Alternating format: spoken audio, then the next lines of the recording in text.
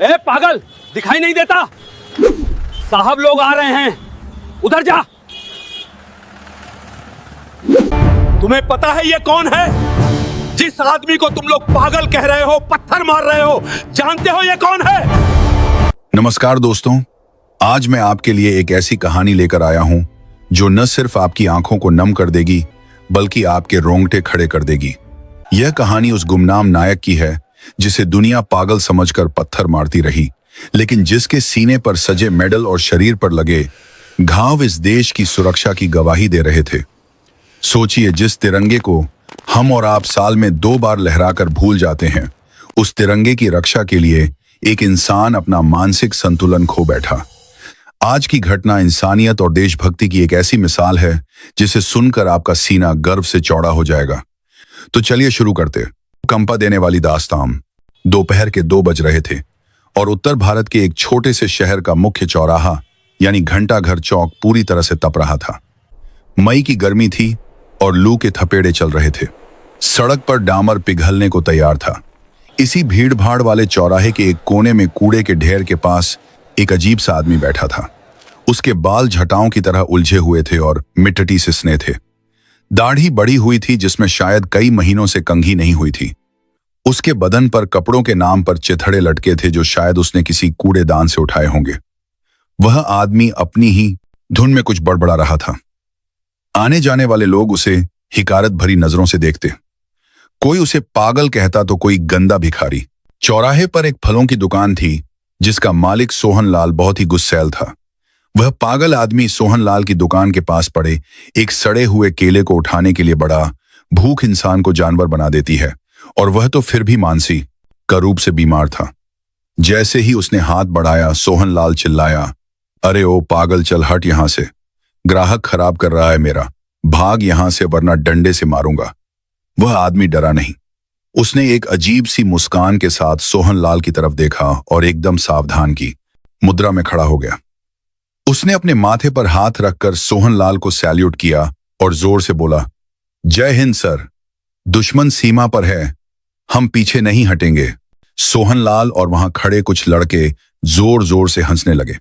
एक लड़के ने कहा, अरे यह तो पागल फौजी है, रोज इसका यही ड्रामा रहता है, दिन भर खुद को बॉर्डर पर समझता है। दूसरे लड़के ने मजाक उड़ाते हुए सड़क पर पड़ा एक पत्थर उठाया और उस पागल की तरफ फेंक दिया। पत्थर सीधा उस आदमी के माथे पर लगा। खून की एक पतली धार निकल आई, लेकिन उस पागल ने न दर्द की परवाह की न खून की। उसने बस अपना सैल्यूट नहीं तोड़ा। वह वैसे ही तना खड़ा रहा जैसे कोई सिपाही अपने कमांडर के सामने खड़ा होता है। उसकी आंखों में एक अजीब सी चमक थी जो पागलपन की थी या जुनून की, कोई नहीं समझ पा रहा था। वह आदमी वहां से हटा और चौराहे के बीच में लगे खंबे के पास चला गया। उस खंबे पर किसी ने 15 अगस्त को एक छोटा सा प्लास्टिक का तिरंगा लगाया था जो अब फटकर नीचे गिरने ही वाला था। वह पागल दौड़कर वहां गया और उस गिरते हुए झंडे को अपने गंदे हाथों से ऐसे लपक लिया जैसे कोई मां अपने गिरते हुए बच्चे को बचाती है। उसने उस गंदे झंडे को अपनी फटी हुई कमीज से सान किया, उसे चूमा और अपनी जेब में रख लिया। लोग यह देख रहे थे और कह रहे थे, देखो नौटंकी, यह पागल अब झंडा लेकर नाचेगा। तभी दूर से सायरन की आवाजें सुनाई देने लगीं। यह पुलिस की जीप का सायरन नहीं था, यह सेना की गाड़ियों का भारी भरकम सायरन था।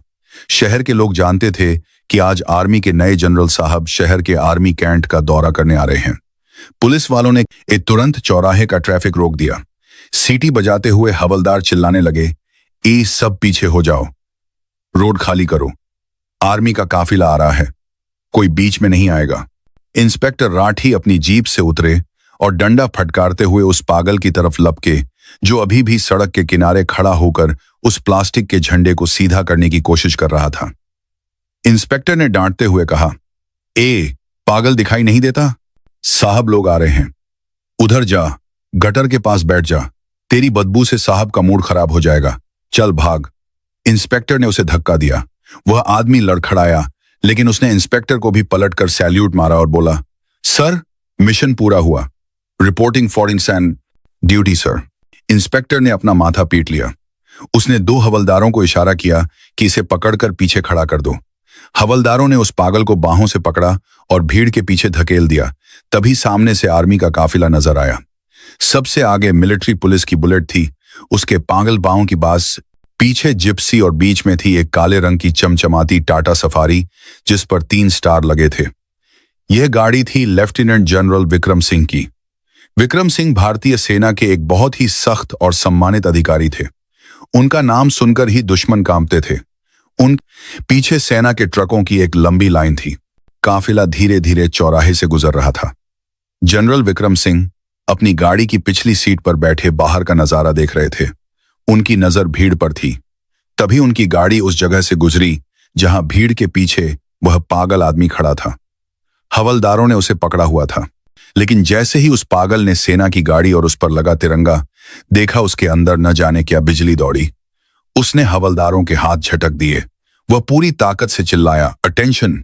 उसकी आवाज में इतनी कड़क और बुलंदी थी कि आसपास खड़े लोग सहम गए। वह पागल भीड़ को चीरता हुआ आगे आया और सड़क के किनारे एकदम सावधान खड़ा हो गया।